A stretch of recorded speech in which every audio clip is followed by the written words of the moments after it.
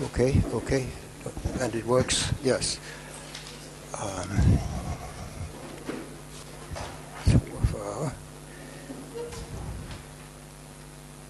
Okay, I'm going to say a few words about the scientific accomplishment of Georges Lemaitre, especially with regard to cosmology. But first, I need to introduce him, say a few remarks concerning his biography. Georges Edouard Lemaitre was born in 1894 in Charleroi in Belgium. He grew up with his two brothers, and we have them here, and believe me or not, these are brothers, not sisters. He attended a Jesuit school in his primary and secondary education, and then he went on to a engineering college in order to become a mining engineer. But that didn't happen. He didn't complete his engineering education. A world war came in between. In 1914, the fall of 1914, German troops invaded Belgium, and Georges volunteered for the Belgian army immediately. And it so happened that for more than 4 years he was in uniform, participating in one of the fiercest battles of this terrible war. So it was only in early 1919 that he returned to civilian life, now switching from engineering studies to studies of mathematics and physics. And what is most remarkable, in the very same period, he began studies at a seminary, theological studies. So he studied mathematics and physics on the one hand and theology on the other. In 1923 he was ordained a priest in the Catholic Church, of course, and throughout his life he followed a dual career, one in the service of the Church and the other in the service of the sciences. He was fortunate enough in 1923 to receive a traveling fellowship which brought him to England first, to Cambridge, where he studied under no other than Arthur Eddington for nearly a year. Then he crossed the Atlantic. He went to the east coast of the US, where he continued his doctoral studies at Harvard and at MIT, where he wrote his PhD. But at that time, when he was in the US, he also visited Hubble in California and Slipher in Arizona. Because one of the things which fascinated young George was the relatively recent discovered galactic redshifts. So let me just mention that Melvin Slipher in 1912 had measured the first galactic redshift, which was actually a blue shift, but that doesn't matter. In the mid-1920s, some 40 redshifts were known. And many people speculated that there probably was some relationship between the redshifts, the magnitude of the redshift, and the distances to the galaxies. But unfortunately, one didn't know with any kind of precision the distances to the galaxies. So here we have the best data from 1924, compiled by a Swedish astronomer, Knut Lundmark. And I think you will agree with me if I say that it takes a very good will to see a straight line through these data points. Nonetheless, there were these speculations, and after Hubble had succeeded in determining the distance to the Andromeda and the other galaxies, interest in this subject increased, and when Georges returned to Belgium, where he was appointed professor of astrophysics in 1926 or 7. He composed his masterful article, possibly the most important, certainly one of the most important papers in 20th century cosmology. I need to say a little about it, but I can only say a little. This was the paper in which the expanding universe was predicted. Definitely predicted. I cannot go into the question of whether Friedman had predicted it earlier, but he didn't. We have a very definite prediction in a realistic sense, in the sense that Lemaitre argued by means of data, the Redshifts data, Friedman didn't mention this data at all, that the universe is in fact expanding. Moreover, he was able to calculate what became known as the Hubble constant or the Hubble parameter, but with some historical justification might have become the Lemaitre constant. And he obtained a value of roughly 600 kilometer per second per megaparsec. And you can see here, if you can see anything, that he mentioned these, and he gives his calculations here. The other thing I need to say is that this paper was singularly unsuccessful from a social point of view. I and other people have looked in vain for a single citation to that paper from 1927 to 1930. As far as I can tell, nobody cited that paper, nor did Lemaitre himself, for that matter. It became very famous, though, in 1930 when it was rediscovered, so to speak, by Eddington and de Sitter, and translated, partially translated. This page was missing, among other things, into English in the monthly notices. As far as the Hubble constant is concerned, I will only mention very briefly, because it's well known, that this fundamental constant has decreased over time in this quite drastic manner. And it's only fairly recently that we have got very reliable and precise measurements. But you can see that the prediction by Lemaitre was of the same order as the Hubble, or rather the Hubble-Humason value of about 1930. It's important to be aware, and not all people are aware of it, that this model of the expanding universe was not of the Big Bang type. It's sometimes stated that the Big Bang dates from this article. It doesn't. It dates from 1931. So there are two Lemaitre models, so to speak. This is the model of 1927. It's sometimes known as the Lemaitre-Eddington model, because Eddington in 1930 refined it and developed it with some of his collaborators, but it's basically the same model. And this model doesn't have a Big Bang. It starts in an Einstein state, and then due to some instability, it expands. But in 1931, Lemaitre took the next step, so to speak, a very drastic step, namely to postulate that the age of the universe is finite. The universe hasn't always existed. There was a time in which all matter was condensed in a kind of a proto-universe, which is the qualitative idea of the Big Bang. Of course, he didn't use that term.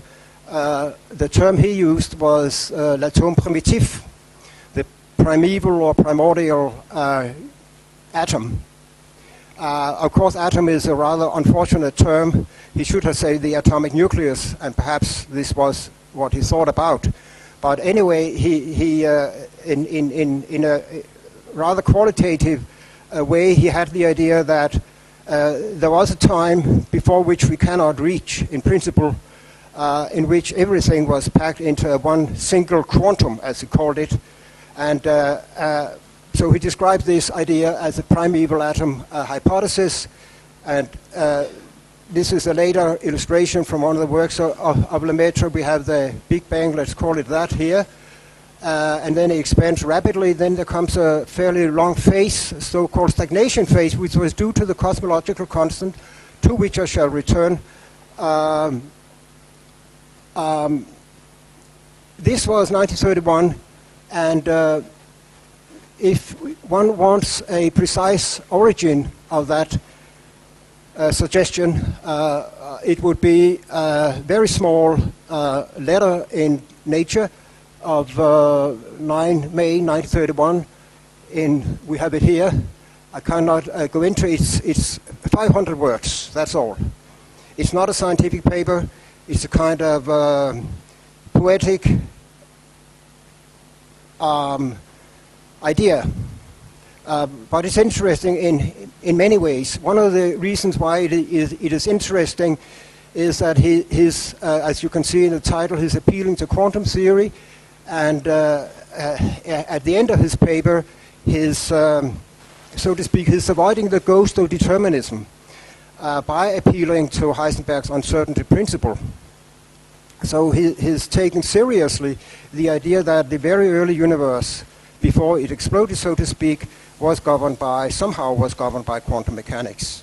It's also interesting to note that he's not signing this letter as Professor Lemaitre, University of Louvain, etc. He's signing it as a private person, giving his private address. It's also interesting that in his archival material, which is to be found in the archive in Louvain-la-Neuve, we have his typewritten manuscript for this interesting letter. And as you can see, that is where he stops in his published version of it. But originally, he added a reference to God and the divinely created universe, which of course made very good sense for a Catholic priest. And of course, Lemaitre did believe that the universe was divinely created. But it's interesting because he's not using this idea as a kind of justification of a divinely created universe, quite the contrary. Anyway, we have this idea, and so by 1931, this is definitely the birth of the Big Bang idea. I mentioned very briefly and emphasizing that Lemaitre's idea was realistic. He did believe and did argue that the one and only real universe had a beginning in time, a kind of violent beginning. At the same time, we have Einstein. When he had given up his belief in the cosmological constant, Einstein published at the very same time this model, which is not very well known, a kind of cyclic universe, which also formally is of the Big Bang type. And of course the Einstein-de Sitter universe, much better known from 1932, again formally is of the Big Bang type. But none of these authors, Einstein and de Sitter, mentioned that at all. In their paper, they did not refer to the age of the universe. They didn't give the relationship between the Hubble time and the age. So they didn't take the beginning seriously at all.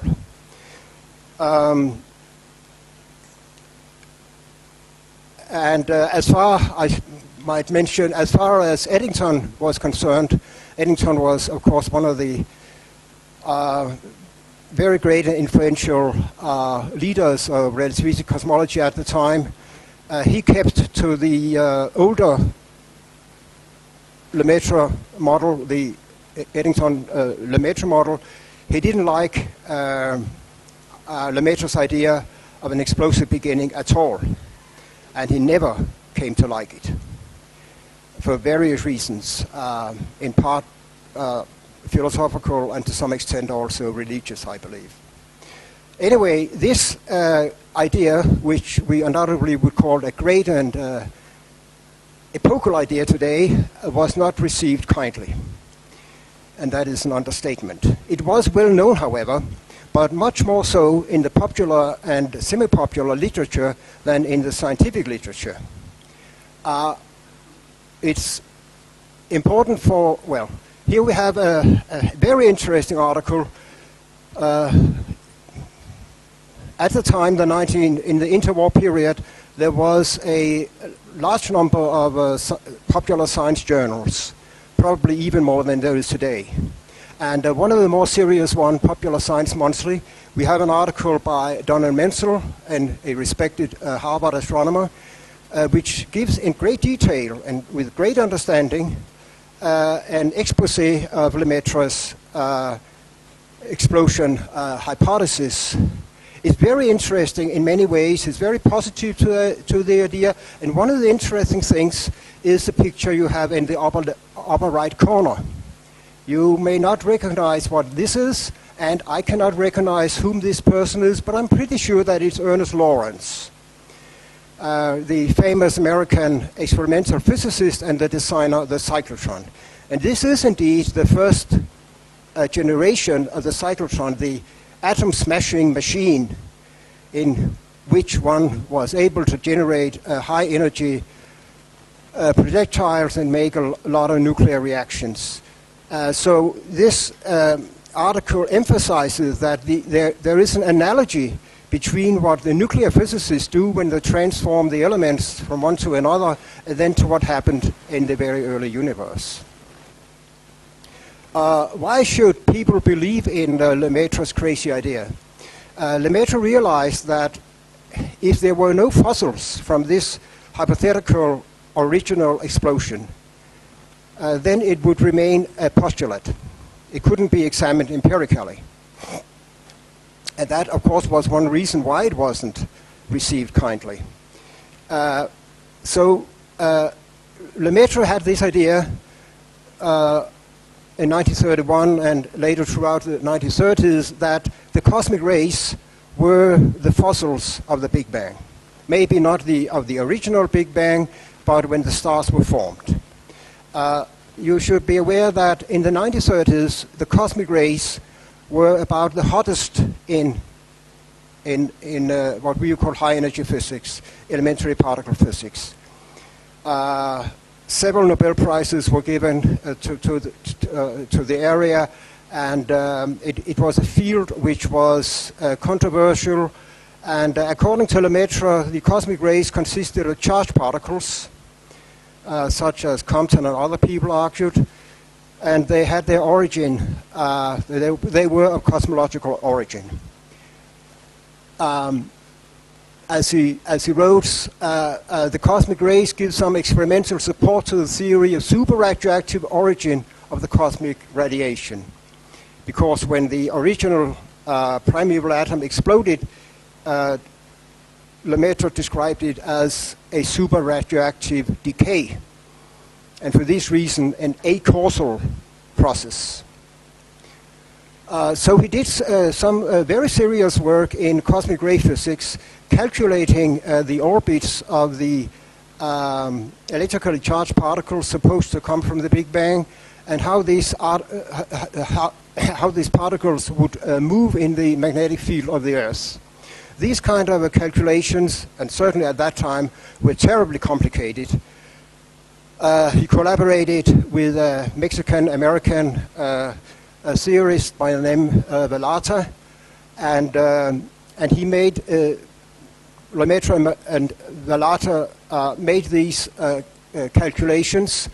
I should say that throughout his life, and especially in the later part of his life, Lemaitre, apart from having this deep interest in cosmology and general relativity, he was also fascinated by calculations, any kind of mathematical calculations, and the more difficult, the better. So he was a user of computers at a very early time, and he and Velata used state-of-the-art computer technology at the time. This was a semi-mechanical computer, but it was the most powerful in the pre-World War II days, invented by Vannevar Bush. And later on in his life, I believe that Lemaitre was the first one who introduced transistor-based computers in Belgium. He spent a lot of time in that area, whether connected with cosmology or not. So I said that this primeval atom idea was not well received. Throughout the 1930s, I would say that maybe 2 persons accepted the idea, 2 scientists, or 1.5 maybe, except for Lemaitre himself, of course. So here we have a couple of, most people either ignored the idea or they wrote it off. Some ridiculed it. And here we have 2 responses of the latter type. William Barnes was a bishop of Birmingham, but apart from that he was a trained mathematician, and he knew a lot of general relativity and cosmology, so he was an insider, so to speak. And in 1933, in a remarkable book, he characterized it as a brilliantly clever jeu d'esprit, and not a sober reconstruction of the beginning of the world. John Plaskett, a Canadian observational astronomer, says pretty much the same in somewhat stronger terms. It's the wildest speculations of all. An example of a speculation run mad without a shred of evidence to support it. And of course there wasn't much support. The idea of the cosmic rays as a kind of cosmological background turned out to be wrong. So in a sense there was no good reason to believe in Lemaitre's theory at the time. And it should also be emphasized that the very idea of a beginning of a universe had a totally different status at the time that it has today. It was widely seen as not a scientific but a philosophical idea, which it is perhaps, something which shouldn't enter a serious scientific theory.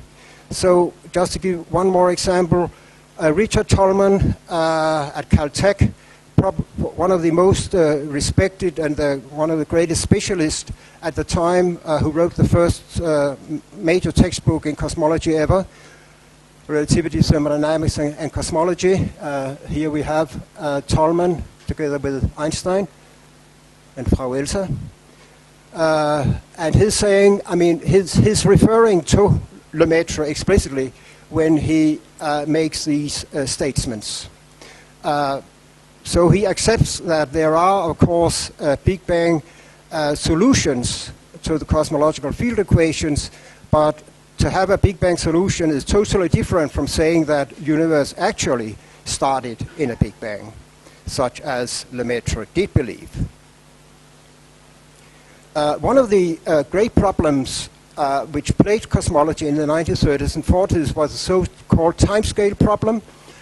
And the reason is that if one calculated the age of the universe according to the relativistic models, one came up with an age of the universe which was much less than the age of the stars and the galaxies, and that's not so good. Lemaitre, in a way, solved this problem by introducing the cosmological constant. And I need to say something about this famous constant, which at the time was perhaps more infamous than famous, and had a very different status that it has today.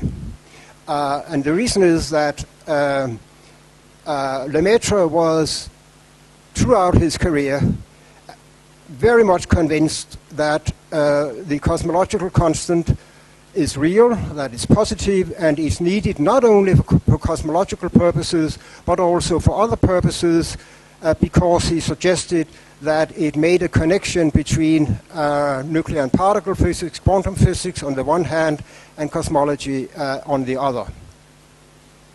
So there's no doubt that that Lemaitre should be regarded as one of the fathers, or perhaps one of the grandfathers of the concept of dark energy.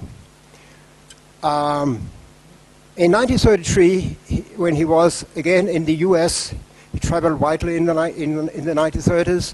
He was giving a talk to the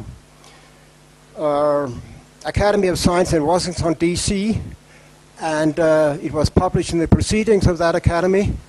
It's not well known, but it's a very important paper because, as you can see, he argues explicitly that the cosmological constant, apart from a constant in the field equations, it also has the physical significance that it signifies the energy density of the vacuum. And it's associated with a negative pressure. And he's saying that quite explicitly. And so on.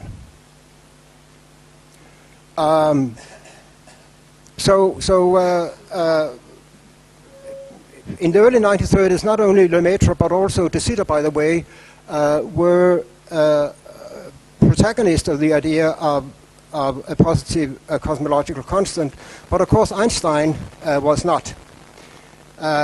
Whether the often-cited remark that it was the biggest blunder in his life is correct, and it probably isn't, in 1931 he decided that there was no need for the constant, and that it was a mistake that he had introduced it in 1917. But of course, Lemaitre didn't agree at all. In 1949, Einstein could celebrate his 70th year's birthday, and there was published a big issue in a series called Living Philosophers, with a number of prestigious scientists invited to contribute to that volume. One of them was Lemaitre, who wrote a chapter on the cosmological constant. And as preparation for this paper, Lemaitre and Einstein exchanged a couple of letters, which are very interesting, these letters, because they show their different mental attitudes in some respects. Here is the letter part of the letter from Lemaitre to Einstein, 47, and he is saying that this constant, the cosmological constant, is a happy accident. It's certainly not a blunder. It was a happy accident. It's something which needed to be there. And Einstein, he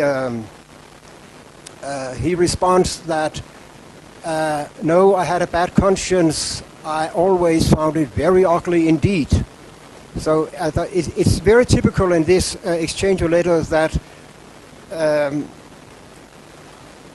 their arguments and counter-arguments with regard to the cosmological constants are very much subjective and aesthetic. They had no very good empirical reasons to argue, except for the timescale difficulty, to come up with an argument. So in the I'll just say that in the 1930s, although Lemaitre's idea was not generally accepted, far from, he was very well known in the community. There was no cosmological community at the time, but in the physics and astronomy community, he was very well respected. He traveled widely. Just give one example of it. Very interesting symposium which was held at the Notre Dame University. Lemaitre was a visiting professor at the time, and there was arranged this meeting on the physics of the universe and the nature of primordial particles, which has a very modern ring. It's the first time ever that there was a symposium of that kind of subject.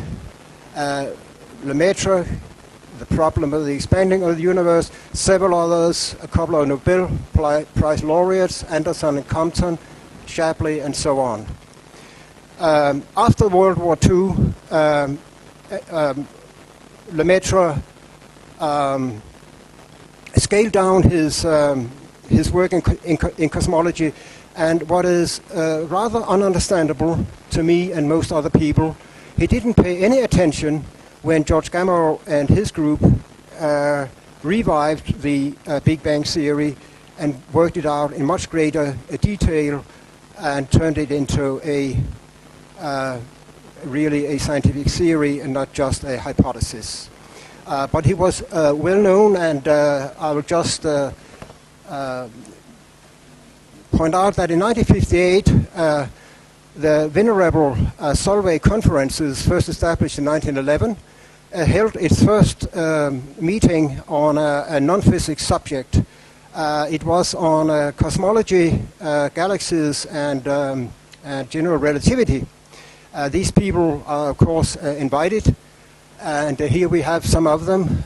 We have Lemaitre here, but he was the only one at the time who defended the Big Bang model. As you can see, 1958 was a time when nobody could say with any certainty whether we live in a steady-state universe or in a Big Bang evolving universe. And you can see that the major four people within the steady-state theory, including Fred Hoyle, who we have here, Bondi, Gould, and McRae, they were represented at that meeting.